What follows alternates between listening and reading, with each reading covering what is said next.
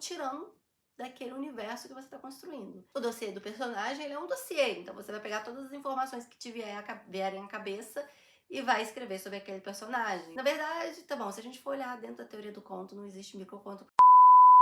Oi gente, aqui é a Mila, sejam muito bem-vindos aqui no canal. Se você ainda não se inscreveu, inscreva-se, porque aqui a gente vai falar sobre feminismo, sobre literatura e sobre escrita criativa. E o vídeo de hoje é sobre escrita criativa, são respostas de perguntas que me fizeram lá no Instagram. Então se você ainda não me segue no Instagram, segue lá, @milasgama. Se você também quiser, você pode me encontrar no Twitter, @camicausos. E eu não quero enrolar, a gente já vai passar para as perguntas que me foram feitas esse fim de semana, lá no Instagram. E aí a primeira é a seguinte, eu gostei muito das perguntas. Engavetei uma história porque simplesmente travou. Tem alguma dica? Tô perdida real. Eu acho que a gente precisava, primeiramente, normalizar o fato de que sim, algumas histórias a gente não vai conseguir tirar do papel. Tem histórias que vão ser engavetadas, gente, faz parte da vida, é isso. Faz parte da vida de quem escreve, algumas coisas não vão à frente, alguns projetos não vão pra frente. E tem uma frase do Garcia Marques que eu tenho um livro, cadê? Garcia Marques, meu amor, cadê você? Tá aqui. Esse livro aqui, que são todos os contos dele, da editora de Bolsilho. E é bem interessante que tem nesse livro uma parte que ele fala o seguinte: você conhece um autor melhor pelo que ele joga fora do que pelo que ele publica. E é provocativo, né? Assim, porque afinal de contas, né, a gente não sabe o que os autores jogaram fora. Mas a gente sabe que é a prática da escrita que faz com que a gente amadureça e que a gente, com o tempo, consiga escrever melhor. Então, o fato de você escrever travou, você não tá conseguindo, tem várias possibilidades, tem vários caminhos. Um caminho é você realmente engavetar. Talvez no futuro você vai olhar para aquilo e você vai ter bagagem, você vai ter vontade, você vai querer levar aquele projeto adiante, mais para frente. Talvez desse projeto saiam outros projetos, que não seja exatamente como você tinha pensado ali com ele, mas que ele influencie outros projetos seus. Talvez ele vai ficar engavetado na gaveta mesmo e você não vai mais pensar sobre ele. Então, assim, existem todas essas possibilidades. Essa pergunta aqui, assim, né, se a gente for olhar agora, vamos olhar no sentido de escrita. Quero levar esse projeto à frente, mas eu travei e não tô conseguindo. Ok, então você realmente quer continuar com ele, você não quer deixá-lo esfriar um pouco na gaveta, você não quer dar um tempinho pra ele, você quer continuar, então aí você precisa ver onde exatamente você tá travando. É na construção de algum personagem, o tipo da narrativa, o narrador, ou alguma coisa do enredo que talvez precisa ser modificada. Então, precisa dar uma olhadinha o que é. Tá no gênero errado, talvez? Porque às vezes tá no gênero errado, né? Às vezes você quer escrever uma história e talvez poderia ser um conto simplesmente, não precisava ser porque o conto é um gênero específico, você não pode pegar um conto e transformá-lo numa novela. Tipo, se você quiser fazer, você pode tentar fazer, mas assim, o que é pra ser um conto é um conto. Eu sou muito dessa perspectiva, assim, né? Então, eu acho que é um pouco complicado te ajudar nesse sentido, porque eu precisaria saber melhor, né? Eu já até falei com a pessoa, mas em geral, para uma pessoa que pergunta isso, que tá, eu tô travado, minha história bloqueou, mas o que bloqueou exatamente? É o personagem? Talvez você precisa fazer uma mudança nos personagens, talvez você precisa fazer um dossiê de personagens. O dossiê do personagem, ele é um dossiê, então você vai pegar todas as informações que te vierem à cabeça e vai escrever sobre aquele personagem, onde ele nasceu, o sorvete predileto dele, a cor que ele mais gosta, o que ele mais odeia numa pessoa, quais são os sonhos, os planos dele pro futuro, enfim. Dá pra você trazer alguns traumas e isso não precisa aparecer na história. É pra você tentar criar, então, uma intimidade, assimilar melhor aquele personagem, né? Tentar fazer como se fosse uma pessoa, assim, pra você conseguir vê-lo de uma forma melhor. Incluir esse personagem em alguns contos, em algumas situações, mostrar como ele reage, quais são as características mais fortes dele. Então, assim, tem uma série de coisas que você pode fazer trabalhando com isso, o dossiê de personagem. Mas pode ser também que tem alguma coisa no seu enredo, no estilo da narrativa que você escolheu que não esteja muito bem. Talvez, às vezes você troca um capítulo por outro e você percebe que já faz uma diferença na dinâmica da história.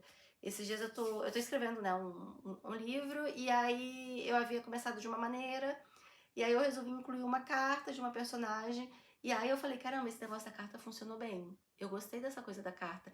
E aí o que eu fiz? Então eu comecei a intercalar os capítulos. E aí eu fiz uma mudança de capítulos, né, de estrutura né? Então, mudei capítulos de lugar e inseri as cartas. Então, acho que foi uma solução que tá funcionando bem dentro da história, pelo menos até agora, vamos ver no decorrer, pode ser que depois eu mude tudo de novo. Mas, por enquanto, para que eu dê continuidade à história, e essa solução funcionou. E a gente precisa sempre ter isso em mente. Quando você está escrevendo, você tem o tempo todo que tomar decisões. Você é autor, você vai tomar decisão. Não existe isso, já a história está ali por ela e ela nasce sozinha e eu só estou aqui transcrevendo. Não, você está tomando decisões mesmo que de forma inconsciente. Você está decidindo coisas pelo seu personagem, pela história, acontecimentos, como os acontecimentos vão impactar a vida do seu personagem. Então, não existe isso de que a história já está ali por si só. Não, você está tomando decisões ali e você é o tirano daquele universo que você está construindo. Você que decide, você é o Deus ali, você que vai decidir quem vai viver, quem vai morrer, como vai viver, como vai morrer.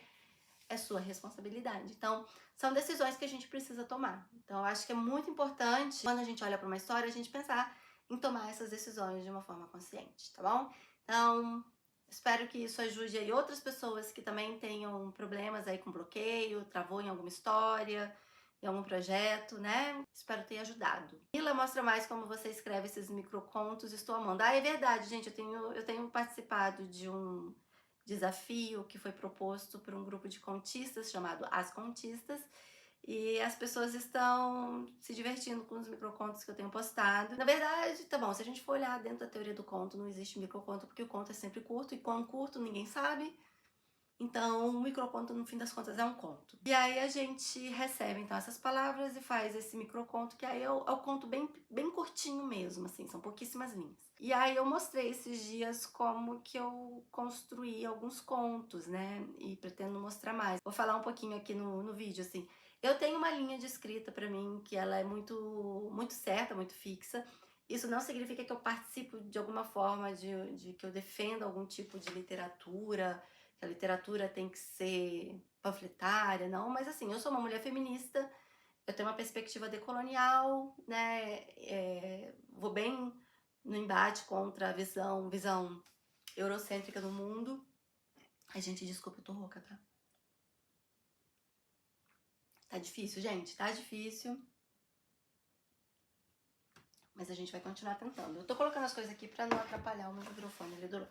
Eu tenho essa perspectiva feminista, decolonial, e quando eu escrevo eu não consigo me desassociar disso, né? Então, feminista, decolonial, que é naturalmente anticapitalista, né? Eu tenho uma visão também um tanto marxista das coisas, gosto bastante do materialismo histórico, e aí, quando eu vou escrever, eu tenho tudo isso em mente, em bagagem. Só que aí, às vezes, trava a escrita. Porque trava com todo mundo, assim, sabe? Às vezes tá com a folha branca lá, você tem uma palavra, por exemplo, a palavra material. E aí, uma das atividades que eu faço é fazer essa tempestade mental, ou mapa mental, mas a tempestade mental, ela tem funcionado melhor ultimamente. Então, eu tinha a palavra material, e aí eu falei, ok, tudo que me vier à cabeça com essa palavra, eu vou anotar aqui. Então, eu anotei as seguintes palavras. Eu vou botar pra vocês verem aqui o print screen disso aqui. Material, materialismo histórico, psicanálise, o abstrato, o inconsciente, os traumas, o intocável, o tempo, o feminismo, mulher, princípio do prazer, princípio da realidade. Eu tô lendo muito Freud, tá? Por isso. Complexo de Édipo, sexismo, concreto, tocável, coisas que construímos. Relacionamentos são construídos. Qual material? Amor, escutativa, empática, empatia, criticar menos, ou cuidar da forma que critica, abraços, carinhos, carinho, beijos, material escolar, altruísmo. Então, foi isso que me veio à mente. Aí surgiram 3 microcontos. O primeiro diz o seguinte: não acreditava no que não podia ver com os próprios olhos ou tocar com as próprias mãos. Assim não amou, tampouco odiou.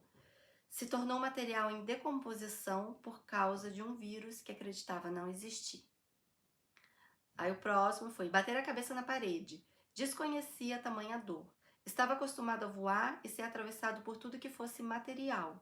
Era do ar. Agora estava preso à terra, ainda com os joelhos no chão, tentando o equilíbrio do corpo, enquanto a alma buscava o equilíbrio não encontrado em outras vidas. Agora o último, fizeram-na deusa, deusa digna de temor. E tudo que se teme se combate. Transformaram-na material sem valor. Deram-lhe o nome de mulher. Então esse foi foi um dos casos. Os outros eu deletei vários, assim. Tem um da praia também que foi bem legal, que aí eu joguei descobrimento, férias indígenas, destruição, invasão. Não sei porquê, quando eu falo praia já me veio descobrimento e eu já joguei essas palavras aqui. Aí eu escrevi o seguinte texto. Um arrastão que começou na praia deixou a população em pânico nesta quarta-feira. Os agressores chegaram no local e despertaram curiosidade dos moradores por conta dos produtos que ofereciam insistentemente. Alguns afirmaram aceitar levar um espelho ou um pedaço de seda para ver se os homens fossem embora logo, mas isso não impediu a ação violenta dos bandidos. Ainda não é possível calcular os danos deixados após essa invasão. Foi esse. Teve o muleta também. O muleta, as palavras que me vieram na tempestade mental foi muleta, maleta, hospital, saúde, pé, perna, acidente, feminismo, mulher, acessibilidade. Feminismo, mulher, isso aqui muitas vezes é mais consciente do que inconsciente, assim, sabe? Eu me lembrando, eu quero ter essa coisa do feminismo, eu quero que fale sobre, não sei, mulheres, né? Aí eu trouxe a acessibilidade, que é uma coisa que conecta com a ideia da muleta. Viagem, carro, tensão crescente. Tensão crescente é uma coisa que eu gosto de trabalhar com uma tensão, assim. Não precisa ser tensão no sentido negativo, mas assim, da história, subir e pá, acabar ali num desfecho forte, assim, sabe? Que traga uma surpresa, assim, né? Que eu falo então em surpresa, duas histórias em uma, enfim. E aí eu escrevi: ele achou que iria morrer quando viu o sangue. Homem não chora, dizia para si mesmo, mas as lágrimas não respeitavam as regras patriarcais. Pensou se sua antitetânica estava em dia. Talvez nunca mais andaria direito. Já se via o resto da vida, mancando com uma muleta. Amor, fique quieto se não quiser que eu tire mais um bife dessa unha. Ou seja, o cara tava só tirando, deixando a esposa fazer a unha dele. Provavelmente ela estava treinando para algum curso e o cara não ficava quieto e entrou em desespero quando ela tirou um bife dele. Era isso que estava na minha mente, né? Aí teve uma muito engraçada agora, que foi a do pinguim. Essa aqui eu não tenho nada anotado não, porque ela foi muito automática. Eu tava falando com a minha filha, porque veio a palavra e eu não tava com tempo de sentar para escrever. Aí eu falei com a minha filha assim: nossa filha, a mamãe tem que escrever um texto agora e a palavra é norte. E eu não faço ideia do que eu vou escrever. Aí ela começou: era uma vez. Aí no que ela falou era uma vez, aí eu lembrei dessa ideia que a gente tem de pinguim em lugares frios. Aí eu brinquei com ela: era uma vez um pinguim no Polo Norte. Aí tá daqui, então pra que eu tô tentando lembrar? Era uma vez um pinguim que morava no Polo Norte. E nessa hora ela olhou assim: um pinguim no Polo Norte? Ela: não, isso tá errado. E aí disso eu transformei isso no seguinte diálogo: mamãe, não existe pinguim no Polo Norte. No Polo Norte existe urso polar. E aí o desfecho foi: era uma vez um pinguim num zoológico no Polo Norte. Então isso aqui, pra quem me acompanha lá no Instagram, tá vendo? Eu tô postando os microcontos nesse mês de janeiro de 2024. Se você chegou depois aqui nesse canal, eu tô falando de 2024. Então tem os microcontos que eu estou postando lá, são basicamente alguns desses que eu li. Esse é a minha maneira, eu trabalho muito com isso, né? Sair escrevendo qualquer coisa. E quando você tá escrevendo assim, sabe? Você não precisa se justificar, você não precisa ter medo. Você mistura ali o consciente com o inconsciente e vai e só joga, assim, sabe? Deixa o máximo do espontâneo vir à sua mente e trazer isso pro texto, né? E ao mesmo tempo lembrar o que eu quero realmente com esse texto, qual é o estilo, onde eu estou como escritora. Isso para mim é muito claro, como eu já disse aqui. Então é o exercício que eu faço quando eu vou começar a escrever. Você escreve direto no computador? Essa é outra pergunta, né? Eu gosto muito de escrever no papel, de verdade. Os microcontos eu tenho feito ultimamente até mesmo no tablet, porque pela praticidade, às vezes eu tô fora de casa, então eu tenho feito bastante no tablet, mas em geral, quando é uma escrita que precisa de mais atenção, eu gosto de parar, de sentar e de fazer as anotações primeiro no papel. Eu tenho uma relação muito gostosa com o papel, de você não ter uma tela, de você não ter luz, assim, eu acredito que isso influencia bastante. Então eu gosto muito de olhar pro papel, de escrever no papel, e eu gosto de escolher papéis bons. É tão bom quando você tem um papel assim que ele tem qualidade, que na hora de escrever desliza, né? Tem uns papéis que você vai escrever parece que tá arranhando o papel. Mas se não tiver papel bom também eu escrevo com qualquer papel, assim, sabe? Escrevo com qualquer coisa. Mas ultimamente eu tenho escrito bastante direto já no tablet ou no computador. Se eu puder escolher, eu prefiro pelo menos fazer essas ideias iniciais, né? Eu gosto de fazer isso primeiro no papel. A próxima pergunta é bem interessante, ó. Dá para escrever algo que eu vivi sem que fique na cara que é real? Aí eu li essa pergunta e fiquei pensando, mas o que é real, né? Porque assim, o que a gente lembra, esse é o nosso real, mas não é necessariamente um real universal. Porque o que uma outra pessoa... Sabe quando você encontra com várias pessoas que viveram a mesma situação? Aí eles vão contar aquela história. Aí eles falam, não, mas eu não me lembro disso assim, né? Tem até no documentário da Michelle Obama, né, o Becoming, tem uma parte que ela vai contando como ela conheceu o Obama, e daqui a pouco ele vem e fala que não foi daquele jeito, ela fala assim, é o meu lado da história, é o meu livro, eu conto do jeito que eu quiser. É basicamente isso. Se você vai parar para escrever, ainda mais ficção, se você pretende publicar o que você está escrevendo, você primeiro precisa tirar essa coisa do real da cabeça, tá bom? Porque, por exemplo, as memórias. Cada vez que a gente visita as memórias, tem teorias que a gente modifica algumas coisas da memória. Então, assim, a nossa memória não é confiável, ela se altera o tempo inteiro. Então, assim, o que vai ser de real, assim, que você vai colocar nessa história que pode te incomodar tanto. E, além disso, se você tem um acontecimento que você acha interessante, você quer escrever sobre esse acontecimento, lembra de uma coisa muito importante. Você, como a pessoa que vai contar, além de você primeiro não poder confiar na sua memória, porque a sua memória falha, mas, então, sabendo disso, você se apodera disso, aí você exagera. Eu adoro brincar, você mente, nós somos mentirosos, escritores mentem o tempo inteiro, eu adoro mentir. Às vezes eu tô na rua, aí alguém, sabe, com um monte de criança fala, são todos seus filhos? Não são, mas eu falo, são. Nossa, mas nem parece, eu adotado.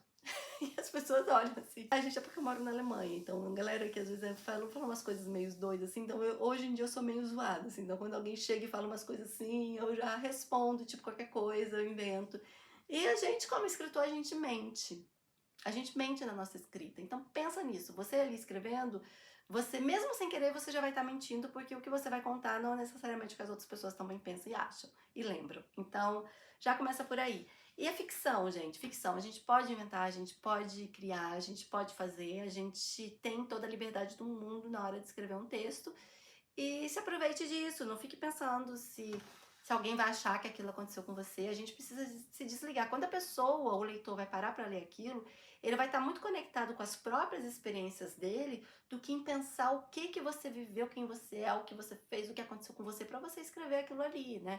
A gente tem, por exemplo, a teoria da psicanálise dentro da teoria literária, a gente tem o Freud.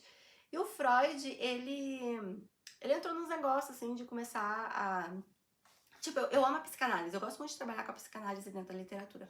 Mas o Freud, ele começou a tentar fazer análise de autores, de artistas a partir da obra deles e tal.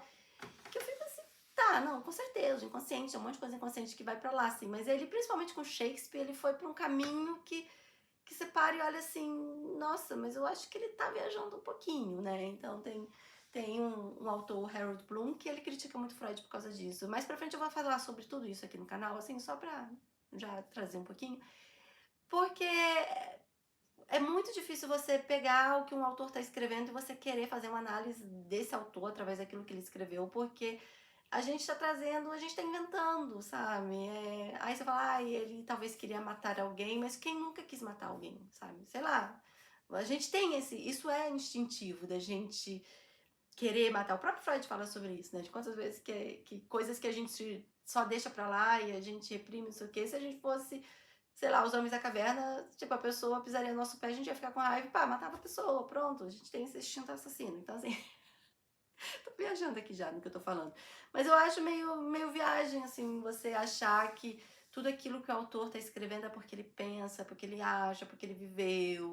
Não, a gente tá mentindo também. Pode ser desejos reprimidos do inconsciente, pode ser, mas, tipo, você tá criando, sabe? Até que ponto a criação tem realmente a ver com desejos e vontades e... eu não sei também, tá? Mas eu acho que você não pode se prender a isso, sabe? Se a pessoa quiser analisar você de forma psicanalítica através do que você escreve, o problema é dela que vai perder o tempo dela com isso, sabe? Você escreve, simplesmente seja feliz. É o que eu tenho pra dizer pra você. Não tenha medo. E se desligue desse conceito de, é real, eu vivi isso mesmo, porque não vale a pena. Escreva. Escreva, conte, invente, aumente, faça isso. Você tem alguma técnica específica para escrever não ficção? Não. Isso aqui depende um pouquinho, assim, depende. Porque quando... eu raramente tenho feito textos com experiências próprias, só mesmo de trabalhar a memória e tentar fielmente confiar na minha memória para escrever. praticamente todos os textos, quando eu vou escrever, eu procuro, mesmo que seja um assunto, tipo, eu quero falar sobre uma situação de racismo que eu vivi na Alemanha. Por exemplo, não que tenha acontecido, mas assim. Aí eu não vou falar simplesmente, aconteceu isso, não sei o que, não sei o que. Eu acho que o tema vai muito além do que eu vivi, assim, sabe? Então eu gosto de parar e pesquisar, tá, o que que é racismo? O que que as pessoas definem como racismo? Como isso é definido no Brasil? Como isso é definido na Alemanha? Eu já fiz posts no meu blog sobre isso, acho que não tá mais nele, porque era uma época que eu falava especificamente sobre a Alemanha. Mas eu gosto de trabalhar com fontes, assim, não só as fontes da minha cabeça, mas as fontes aí de autores, de pesquisadores. Então, a minha maneira de escrever não ficção, ela acaba sendo muito acadêmica e eu sei que eu afasto muita gente dessa forma, porque nem todo mundo gosta de ler um tipo de leitura assim, né, e tal. Mas eu gosto de trabalhar com fontes, de falar de acordo com o autor tal, não sei o que, a gente pode definir isso dessa forma e não sei o que. Eu gosto de trabalhar assim. Acredito que seja assim, uma forma acadêmica. Então, se eu quero escrever sobre um assunto, primeiro eu vou ler muito sobre aquele assunto e depois que eu li muito, então eu vou estruturar e pensar, tá, disso tudo que eu li, o que eu queria antes com ele, o que eu tinha mais ou menos em mente, e o que eu tenho agora de base, sabendo de tudo isso. E aí eu vou e produzo e escrevo baseado naquilo que eu li também. Então, eu tô sempre citando fontes. Às vezes eu trabalho de forma muito caótica, porque eu começo a ler, aí de uma coisa eu já vou pulando pra outra, e de repente eu não consigo fechar um raciocínio, aí eu preciso, né, me dar uma sacudida. Camila, acorda, agora você já leu o suficiente. Para e vai e tenta escrever com isso o que você tem. Porque é uma coisa minha, eu nunca acho que eu tenho o suficiente, que eu sei o suficiente, que eu posso o suficiente. Então eu sempre acho que eu preciso estudar mais, eu preciso ler mais. E até uma amiga minha, Melissa, que ela apoia mulheres que querem, né, empreender e tal, aqui na Europa. E a Melissa um dia falou assim, vai com o que você tem, e aos poucos você vai melhorando, mas começa com o que você tem. Eu tenho uma dificuldade muito grande de fazer isso, tanto que eu tô já há 2 anos querendo começar um canal no YouTube, eu não faço. Por quê? Porque eu acho que eu não sou boa o suficiente, que eu não tenho coisa suficiente, que não sei o que é suficiente. E é isso, gente. Bem acadêmica. Bem acadêmica, de humanas. É desse jeito que eu trabalho. Porque eu acho muito injusto também pegar um assunto e falar, depois que eu li bastante coisa, depois que eu me informei, aí eu falo, como se tudo tivesse saído da minha cabeça, assim. Não, mas existe pesquisa, existem autores, existem pessoas que estão ali, né, por trás, que construem, não por trás, né, estão na frente, inclusive eu que tô aqui atrás, querendo dar uma de louca se eu fizer isso. Mas assim, tem uma bagagem de leitura, né, eu tenho um background de leitura que me fez chegar nesse ponto de falar essas coisas, então não tá saindo tudo só da minha cabeça de qualquer forma. Então, é isso, eu trabalho dessa forma com a não ficção. Deixa eu ver se tem mais alguma pergunta aqui legal pra gente responder. De vez em quando eu solto ali umas caixinhas de pergunta. Tem dia que ninguém pergunta nada, tudo bem também. Tem dia que as pessoas perguntam. Esses dias a minha filha, ela tava escrevendo aqui no iPad. Ela tava toda feliz escrevendo as historinhas dela. E quando ela... E foi muito engraçado, porque às vezes ela quer escrever alguma coisinha, mas essa foi realmente um dia que ela falou, eu quero escrever uma história, eu quero escrever... E ela começou a falar, e aí ela começou a trocar ideia comigo. Porque não sei o quê. Ela começou a falar sobre o colibri, de repente ela virou que falou que o colibri tava fazendo mel. Eu falei, mas filha, o colibri, né, que é o nosso beija-flor. Fala, filha, beija-flor, ele não produz mel. Aí ela olhou assim, como é que a gente faz? Aí eu falei assim, quem produz mel são abelhas. Ela, então ele foi enfeitiçado por uma abelha mágica da Amazônia. Eu falei, maravilhoso, é isso. Aí alguém virou e falou assim que a Marina tem sorte de ter uma mentora de escrita em casa e perguntou se eu iria publicar um livro dela. E aí eu já até falei isso no Instagram, que a minha filha é criança e eu deixo ela ser criança e eu não imagino nenhuma carreira, eu tento realmente segurar. Eu sei que a partir do momento que a gente fala, eu não quero ter expectativa, você já está tendo expectativa, mas eu tento não criar isso dentro dela, sabe? Eu acho que ela pode experimentar várias coisas.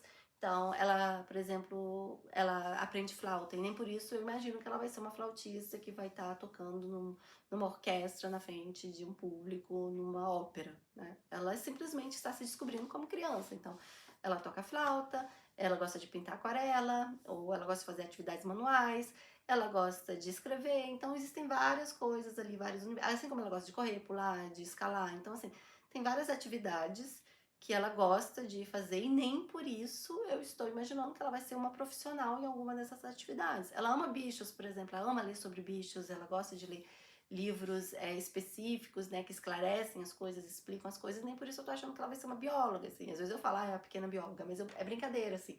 Então, eu não acho, mesmo que ela escrevesse agora um livrinho que fosse muito fofo, que fosse muito lindo e tudo mais, eu não acho que eu tenho o direito de publicar esse livro pra ela. Porque ela é uma criança, e mesmo que ela fale, eu quero, mas ela é uma criança. Então eu não sei, daqui a 10, 15 anos, se ela visse que ela tem um livro publicado, que eu deixei ela publicar aquilo, ela ia falar, mãe, mas como assim? Por que você fez isso? Assim, eu sei como é quando eu leio as coisas que eu escrevi quando eu era criança, adolescente, e como que bate uma sensação assim, sabe, de desconexão muitas vezes com aquilo que estava ali naquele texto, porque a gente evolui, a gente pensa outras coisas e tal. Mas eu guardo os textinhos dela quando ela crescer, que ela vê, se ela achar legal, trabalhar de alguma outra forma com isso. Eu acho que é interessante, assim. Mas de outra forma, não, eu não publico nada, não tenho interesse de ter uma filha, uma filha superstar, escritora. Não, eu tenho interesse de que ela viva a infância dela da maneira mais saudável e feliz possível. E quando ela crescer, aí ela vai estar grande, aí ela sabe o que ela faz da vida, assim. Por enquanto, eu deixo ela simplesmente experimentar e brincar e viver a infância dela da melhor forma possível. Então é isso, gente. Essas foram algumas das perguntas que vocês deixaram pra mim aqui, lá nas caixinhas do Instagram. O que vocês acharam das perguntas? O que vocês acharam dessas respostas? Se vocês quiserem, comentem aqui nos comentários. Se você ainda não deixou, é porque você não me segue no Instagram ou porque você me segue, mas não deixa perguntas. Então, assim, ou você deixa as perguntas ou passa a me seguir no Instagram, que você pode sempre deixar mais perguntas pra mim lá e a gente vai conversando. E de vez em quando eu tiver uma boa quantidade de perguntas, como dessa vez, eu venho aqui pra falar sobre elas aqui no vídeo no YouTube, tá bom? Beijo pra vocês e a gente se vê no próximo vídeo.